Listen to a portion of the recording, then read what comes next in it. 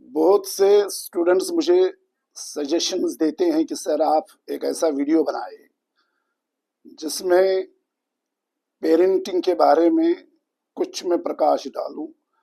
आजकल जो अपराध की भावना बढ़ रही है खासकर युवाओं में, क्या ये इरेस्पॉन्सिबल पेरेंटिंग की वजह से है? क्या पेरेंट्स अपना रोल सही तरह से नहीं निभा पा रहे हैं? आखिर ऐसा क्या हो रहा है हमारे समाज में कि युवाओं में, युवतियों में अपराध की भावना बढ़ती जा रही है? मैंने सोचा कि मैं इस पर अपनी विचार प्रकट करूं, और इससे पहले मैं अपने विचार प्रकट करूं, ये जरूरी नहीं है कि आप इससे सहमत हों। आखिरकार हम प्रजातांत्रिक देश में हैं। We all agree to disagree. आपको असहमत होने का पूरा अधिकार है, परंतु ये मेरी भावना होगी, ये मेरे विचार होंगे।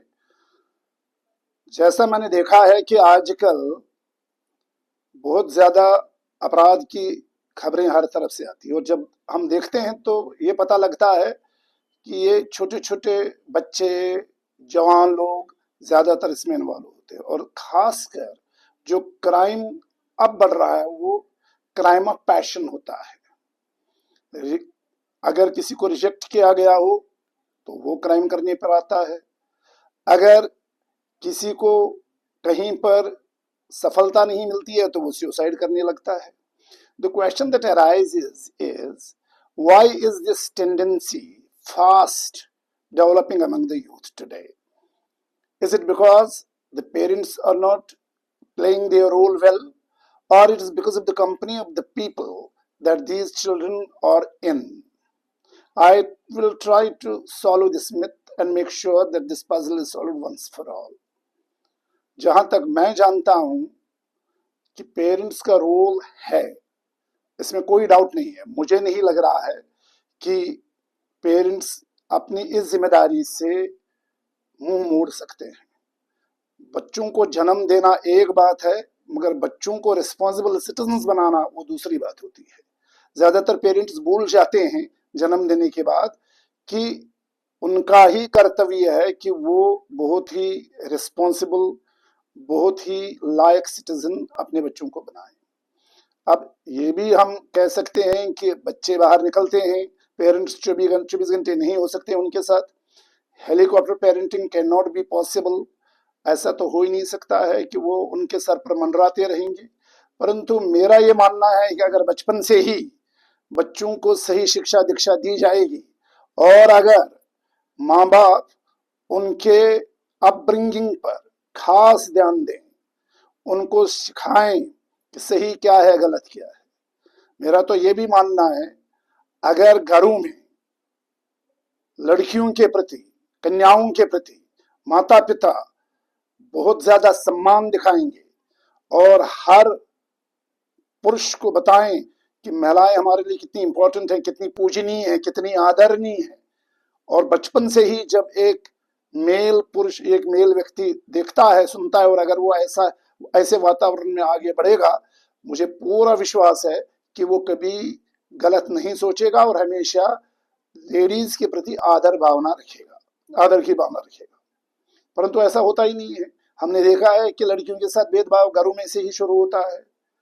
कभी कोई किसी को कुछ बोला जाता है, किसी को कहा जाता है। अगर प्रेफरेंस देनी हो तो तब हमेशा प्रेफरेंस मेल चाइल्ड को दिया जाता है। लड़कियों को हमेशा इग्नोर करते हैं, और हमें ऐसा लगता है जैसे कि लड़कियां वो नहीं कर सकते हैं जो लड़के कर सकते हैं, जबकि आज की दुनिया में ऐसा सोचना ही पाप है।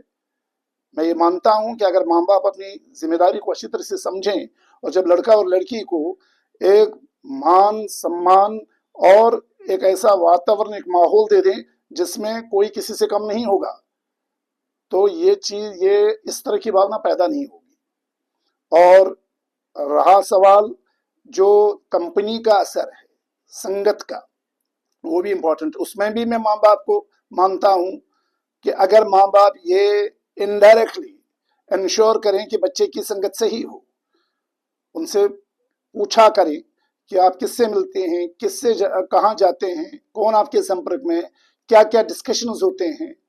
अगर आप लेट आते हैं घर पर तो क्या कारण था लेट आने का, या अगर आप पार्टीज में जाते हैं तो क्या पार्टीज में होता क्या है, किस तरह की आप लैंग्वेज को यूज करते हो, क्या लैंग्वेज में स्वीटनेस है।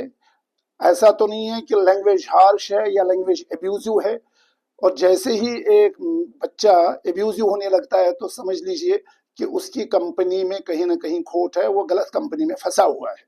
माँ बाप तो गालियां तो सिखाएंगे नहीं, ये गालियां वो बाहर से ही सीख के आता है। इसलिए उस वक्त माँ बाप को देखना होता है कि वो कैसे इनको रखे, किस तरह से उनको सही भाषा का प्रयोग करने के लिए प्रेरित करें, और उनको ये बताएं कि बाहर के जो लड़के लड़कियां वो है वो वैसे ही है जैसे आपके अंदर घर में बहनें या भाई हैं।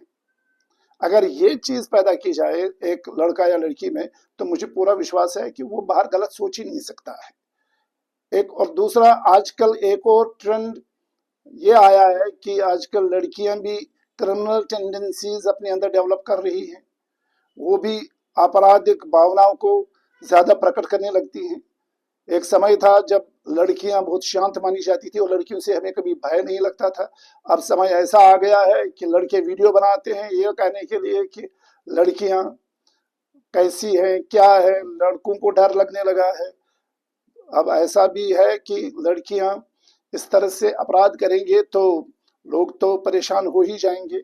मगर मैं ये मानता हूं कि क्राइम करने के लिए हमें जेंडर स्पेसिफिक नहीं होना है। क्राइम तो कोई भी कर सकता है, मगर क्राइम को रोकने के लिए सही पेरेंटिंग का होना बहुत ज्यादा जरूरी है। अगर पेरेंटिंग सही हो तब मेरे हिसाब से हर चीज ठीक हो जाएगी। From the very beginning of the childhood, if the parents take it upon themselves that they have to make these very children the beautiful citizens of tomorrow, I am 100% sure it can be done. But the problem is with the parents, they think that they have given the birth and the job ends there. No, not at all. The job begins from there only. It's very easy to give birth. But the question is that are you going to turn them into wonderful citizens where they are going to be an asset, not the liability for the society and for the nation? They do not do that. And when they do not do that, the things go off their hands. And then everything spirals out of their hand. So it's very important that parents should understand that giving birth is not a very big task that they have done. It's not a big achievement. After birth, if they are looked after very well, sacraments are inculcated, ethos are given, a proper value system is created, and then the children become some valuable assets for the country and the society, then only they can say that yes, of course, giving birth to the children has been a successful exercise. So I believe that as far as parents are concerned, they should understand that they have an important responsibility, important role to play in the upbringing of the children. They cannot absolve themselves of the crimes of the people, particularly their children.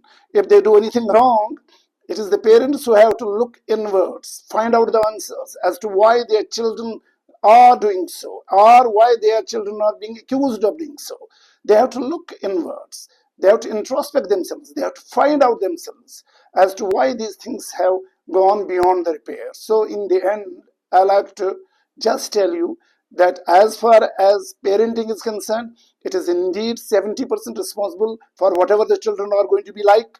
I have practically experienced that when you are going to give better life, better environment, and when you are going to look after the children very well, these children are never going to be any curse. They will always be a boon for the society. But अगर parents ने उनकी तरफ ध्यान नहीं दिया तो मुझे जैसा लगता है कि ध्यान न देने की वजह से कभी चिल्ड्रन नेग्लेक्टेड फील करते हैं, कभी उनको लगता है कि माँ बाप को उनकी फिक्र ही नहीं है।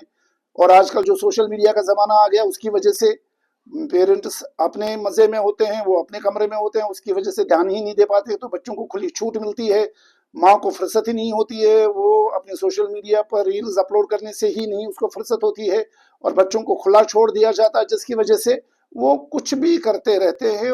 और उनके पास कोई मॉरल राइट भी नहीं बचता है कि वो बच्चों को सोशल मीडिया या कोई भी चीज यूज करने से रोकें।